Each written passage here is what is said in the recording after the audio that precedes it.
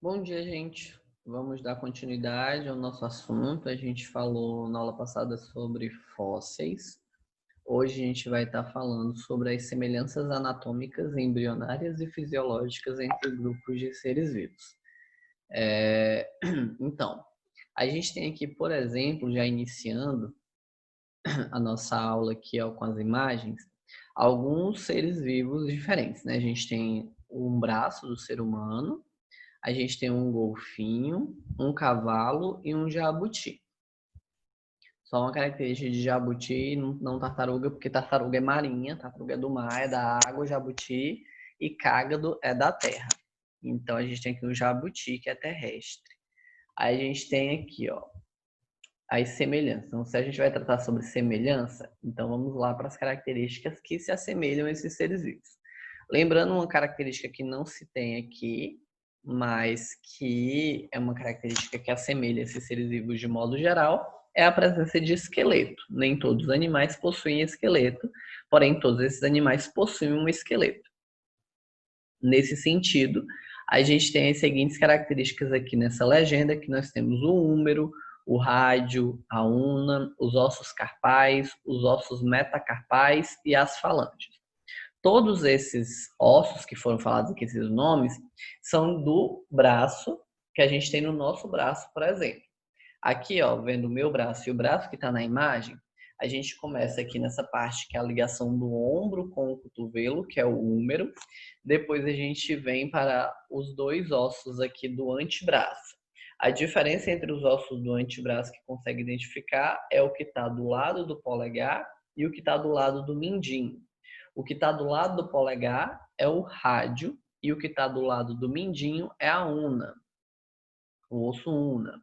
Depois que a gente tem essa ligação entre esses três ossos para formar um braço, vem os ossos carpais, que são vários ossinhos que são encontrados aqui na região do pulso, que é onde se une o rádio, a una e os ossos carpais. Depois dos ossos carpais, a gente tem os ossos metacarpais, que são os ossos que formam a nossa mão. A palma da nossa mão é formada pelos ossos metacarpais, até essas bolinhas que juntam aqui os dedos, por onde os dedos saem. Esses dedos aqui, os da mão, eles são divididos em as chamadas falanges, que aí a gente tem a falange distal, a falange medial e a falange proximal, né? Que a gente tem aí conforme a relação com o eixo do nosso corpo, a gente tem as três falanges. Nesse sentido, a gente tem aqui a formação dos ossos de um braço. Indo para um golfinho, a barbatana do golfinho, a gente também tem a mesma coisa. A gente tem o húmero, que é como se fosse o braço dele. A gente tem o rádio e a una, como se fosse o antebraço. A gente tem os ossos metacarpais, os ossos carpais, os ossos metacarpais e as falanges. A diferença principal dele para nós, do golfinho, é que ele possui muito mais falanges que a gente e o tamanho dos ossos são muito mais comprimidos. O cavalo também tem as mesmas características dos ossos. A diferença dele para a nossa é principalmente também na falange, pois ele tem apenas uma falange, ele tem apenas um osso metacarpal e ele tem a una dele bem pequena, que é como se fosse o joelho dele, só que é aquela protuberância para trás que o cavalo tem. E no jabuti, a gente também tem as mesmas características muito mais semelhantes ao ser humano. A divisão e a organização, a diferença é a curvatura dos ossos dele. Então, essa daqui são as semelhanças anatômicas e morfológicas entre esses três indivíduos. Mas aí a gente tem uma pergunta-chave sobre essas coincidências, que é: por que partes e órgãos corporais, embora diferentes, desenvolvem-se de modo tão semelhante em espécies distintas de seres vivos? O evolucionismo explica as semelhanças embrionárias, anatômicas e fisiológicas entre animais pela ascendência comum que eles tiveram no passado remoto. Os três primeiros animais exemplificados na figura 18 são mamíferos e descendem do ancestral de todos os mamíferos, o que explica suas semelhanças. Em épocas bem mais antigas, os jabutis tiveram um ancestral comum com os mamíferos, do qual todos esses animais herdaram um padrão de estrutura corporal. Toda essa explicação vem a partir de um conceito que se tem antes aqui no livro de vocês, até mesmo antes de falar sobre fósseis, que é a parte da ancestralidade, em que Darwin ele já falava que nós todos viemos a partir de um ancestral comum, que aqui a gente tem uma árvore filogenética, em que existia um ancestral comum, que nesse sentido é um ancestral comedor de sementes do solo, que se dividiram em diferentes tipos de organismos. Então, a partir desse ancestral comum, vieram os pássaros passeriformes da ilha de Cocos. Depois se evoluíram mais em outros comedores de insetos, que possuíam bicos mais curtos, a partir do desenvolvimento de um outro galho dessa árvore filogenética, que foram os comedores de sementes e de cactos, que tiveram os bicos mais longos, mais curvados, mais fortes, para poder abrirem as sementes ou quebrarem os cascos das árvores, da casca das árvores. Mas todos eles vieram a partir de um ancestral comum. Nesse sentido que vem a explicação de que todos nós viemos a partir de um ancestral comum e com essas características morfológicas e fisiológicas que nós temos, as semelhanças que nós temos com animais que não se parecem nada conosco. Foi por conta desse ancestral que tivemos há milhares de anos atrás. Essa é a explicação biológica para essas características. Outra questão que temos que ver são as estruturas homólogas e estruturas análogas. Estruturas corporais que se desenvolvem de modo semelhante em embriões de diferentes espécies, como o esqueleto de um humano e de uma tartaruga, são chamados de estruturas homólogas. E eu falando, que se desenvolve a partir de, por exemplo, humanos e jabutis, ou humanos e cavalos, ou humanos e golfinhos. Por outro lado, há estruturas corporais presentes em diferentes espécies que desempenham funções semelhantes, mas têm origem evolutivas e embrionárias totalmente distintas. Tais estruturas são as estruturas chamadas de análogas. É o caso das asas de aves e de insetos.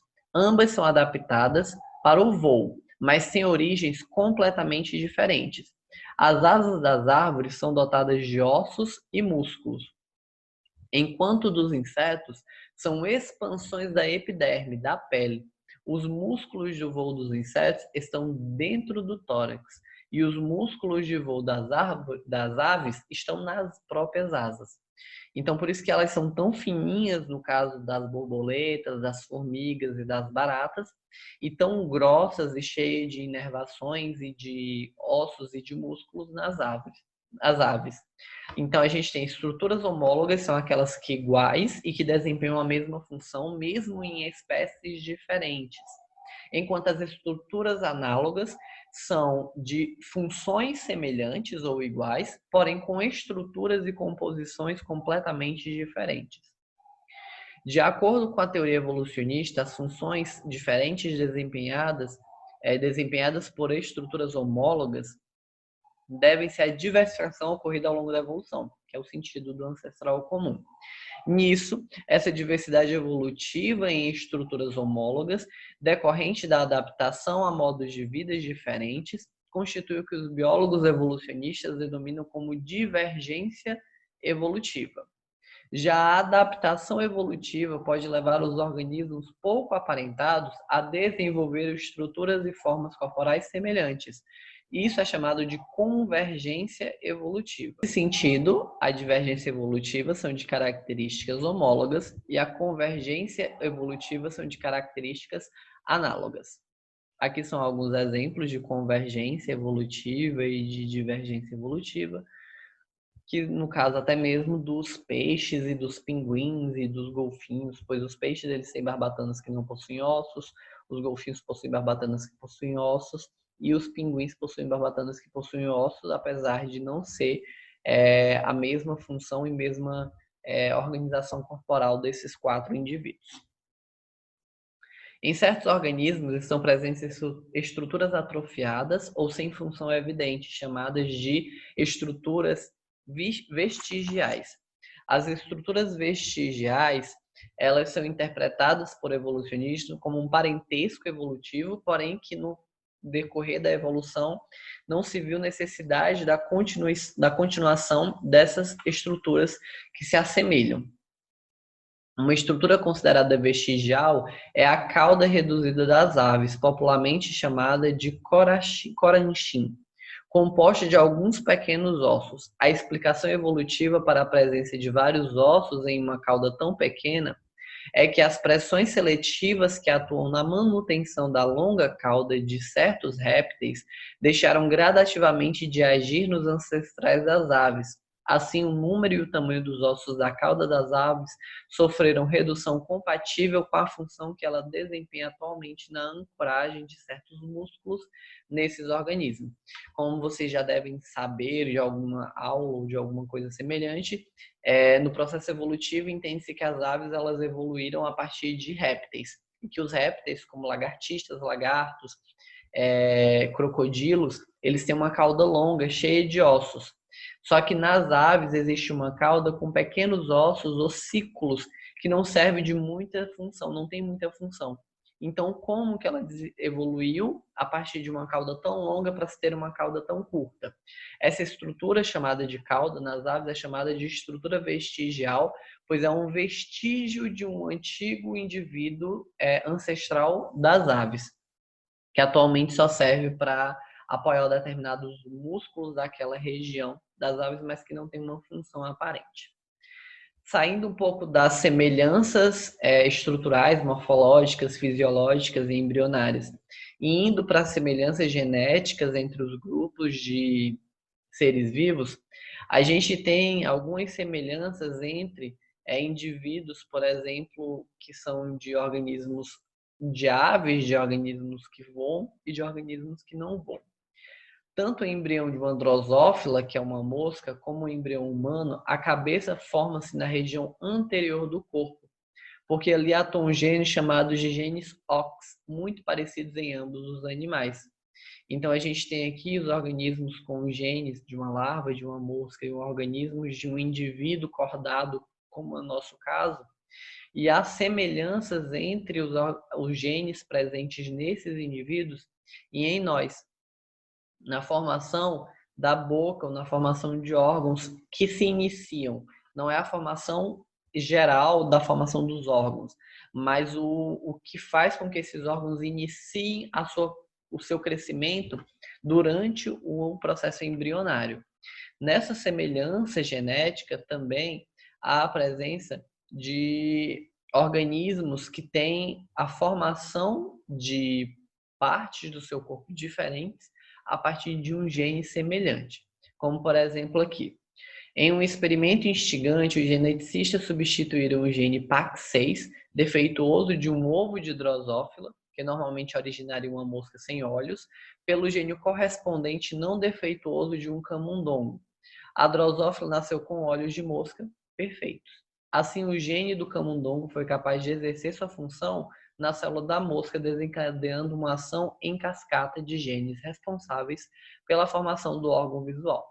Isso, apesar de esses animais terem divergido no curso da evolução, há centenas de milhões de anos, a similaridade entre os genes homeóticos das drosófilas e os nossos é tal que podemos substituir um gene defeituoso de drosófila pelo correspondente humano e a mosca nascerá normal. Então, é uma semelhança genética de ancestralidade. Partindo desse princípio e indo para a teoria sintética da evolução, existem dois nomes que entram nesse fator, que é o neodarwinismo, vindo a partir da teoria sintética de Darwin, e a variabilidade genética. Nisso, a teoria sintética da evolução considera 3 fatores evolutivos principais: a mutação genética, a recombinação genética e a seleção natural, e não apenas a seleção natural como Darwin tratava. As diferenças genéticas entre os indivíduos de uma população que constituem uma variabilidade genética ou diversidade genética são geradas e mantidas por 2 fatores: as mutações que acontecem ao acaso ao longo da história e a recombinação que ocorre a cada geração, que a seleção natural influencia. Se eu me adapto a isso, eu passo através da genética para os meus filhos e esses meus filhos irão passar através da genética para os outros filhos. O que ocorre é uma variabilidade genética e um diferente ancestral comum.